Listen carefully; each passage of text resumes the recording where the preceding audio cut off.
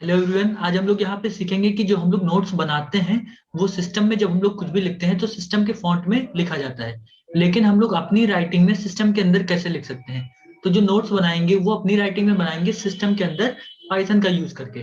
ठीक है, Python programming का यूज करके हम लोग सिस्टम के अंदर नोट्स बनाएंगे यूजर के हैंड राइटिंग में। इसके लिए आपको सबसे पहले ओपन कर लेना है कमांड प्रॉम्प्ट। ठीक है, कमांड प्रॉम्प्ट ओपन कर लेना है। कमांड प्रॉम्प्ट में एक लाइब्रेरी इंस्टॉल करनी है, PIP इंस्टॉल करके PyWordKit। ठीक है, इस लाइब्रेरी को आपको इंस्टॉल कर लेना है। ये थोड़ा सा टाइम लेगा, इसके बाद इंस्टॉल हो जाएगा। हमारे में रिक्वायरमेंट ऑलरेडी सेटिस्फाइड बता रहा है क्योंकि हमने पहले से इंस्टॉल कर रखा है। आपको इसे इंस्टॉल कर लेना है। ठीक है, इसके बाद अभी हमने इसको क्लोज कर दिया। अब यहाँ पे आपको कोड लिखना है। यहाँ पे पहले तो आपको इंपोर्ट कर लेना है PyWordKit को। ठीक है,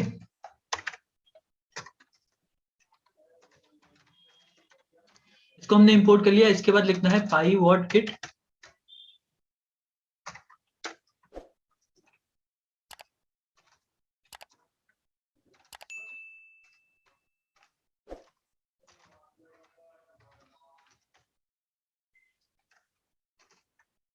हैंड राइटिंग लिखने के बाद आपको यहाँ पे वो टेक्स्ट लिखना है जो आप कन्वर्ट करना चाहते हैं। अपने नोट्स को यहाँ पे लिखना है। जैसे कि हम यहाँ पे कोई भी एक वर्ड लिख देते हैं, हैप्पी बर्थडे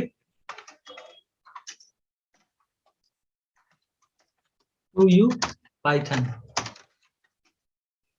ठीक है, happy birthday to you Python लिख दिया। इसके बाद आपको लिखना है सेव टू। अब इसके बाद यहाँ पे आपको देना है इज इक्वल टू लगा के फाइल का नाम, कि इस फाइल को आपको किस नाम से सेव करना है। जैसे कि हमने यहाँ पे लिख दिया notes.jpg। ठीक है, note.jpg लिख दिया। अब यहाँ पे इस नोट को हमें सेव करना है। सेव करने के लिए इसको प्रोग्राम को रन करेंगे। ठीक है, इस प्रोग्राम को रन कर लेते हैं। रन किया। ठीक है, अब यहाँ पे रन करने के बाद जब आपका प्रोग्राम सक्सेसफुल रन हो जाए बिना किसी एरर के, इसके बाद आपको चेक करना है उस फोल्डर में जहाँ पे आपका प्रोग्राम सेव है। जहाँ पे हमारा प्रोग्राम सेव होगा वहां पे एक फाइल बन के आ जाएगी, इमेज टाइप की फाइल बन के आ जाएगी जिसका नाम होगा नोट्स। ठीक है, यहाँ पे हमारा प्रोग्राम सक्सेसफुल रन हो चुका है। अब इस फोल्डर में आ जाते हैं जहाँ पे हमारा प्रोग्राम सेव है। अब यहाँ पे देखिए नोट्स नाम का प्रोग्राम सेव है। अब इसके अंदर यहाँ पे लिख के आ गया happy birthday to you Python. ठीक है, यहाँ पे लिख के आ गया। अब इसको क्लोज करते हैं। अब इसके बाद इसी प्रोग्राम को हम दोबारा रन करते हैं। यहाँ पे कुछ और लिखते हैं। यहाँ पे हम लिखते हैं हेलो एवरीवन। ठीक है,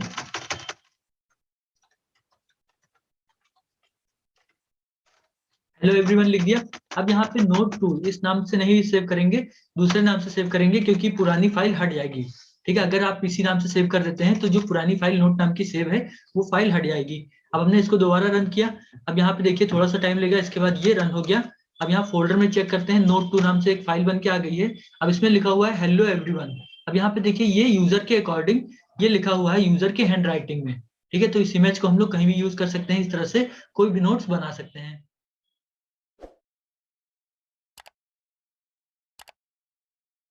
हेलो एवरीवन, आज हम लोग यहाँ पे देखेंगे कि हम लोग अपना खुद का क्यूआर कोड कैसे बना सकते हैं। खुद का क्यूआर कोड का मतलब ये है कि हम लोग अगर कोई भी अपनी वेबसाइट बनाते हैं या फिर अगर अपना कोई भी ऐप बनाते हैं, तो अगर उसका क्यूआर कोड बनाना है या फिर आप कोई वेबसाइट यूज करते हैं रेगुलर, उसका क्यूआर कोड आप जनरेट करना चाहते हैं तो पाइथन प्रोग्रामिंग का यूज करके कोई भी क्यूआर कोड बना सकते हैं। उसके लिए आपको सबसे पहले यहाँ पे आना है, कमांड प्रॉम्प्ट ओपन करना है। ठीक है, कमांड प्रॉम्प्ट ओपन कर लेते हैं। उसके लिए आपको केवल एक लाइब्रेरी इंस्टॉल करनी है। यहाँ पे आपको लिखना है PIP इंस्टॉल QR कोड। ठीक है, इस कमांड को चलाने के लिए सिस्टम में आपके नेट कनेक्ट होना चाहिए। ये थोड़ा सा टाइम लेगा और यहाँ पे QR कोड इंस्टॉल हो जाएगा।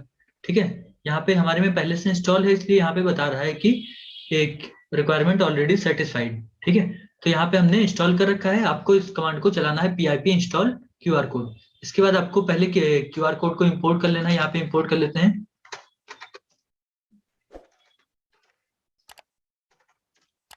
इंपोर्ट कर लिया QR कोड को।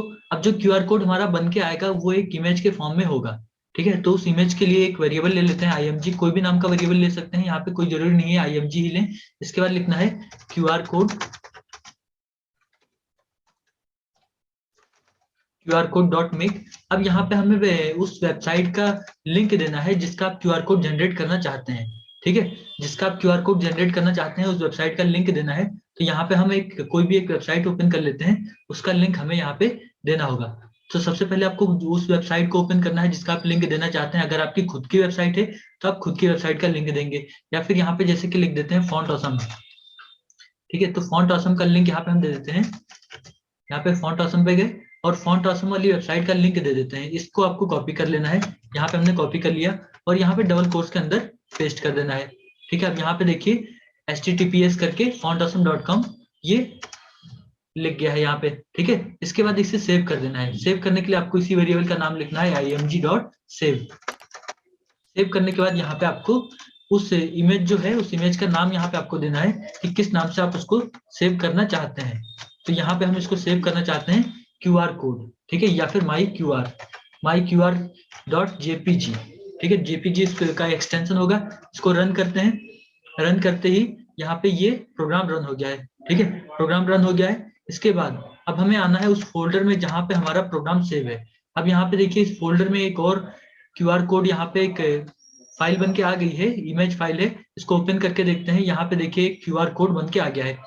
अब आप अगर इस QR कोड को स्कैन करेंगे तो आपको उस वेबसाइट का लिंक मिलेगा जिस वेबसाइट पे आपने क्लिक किया है, वो वेबसाइट ओपन होके आ जाएगी। Okay, thank you.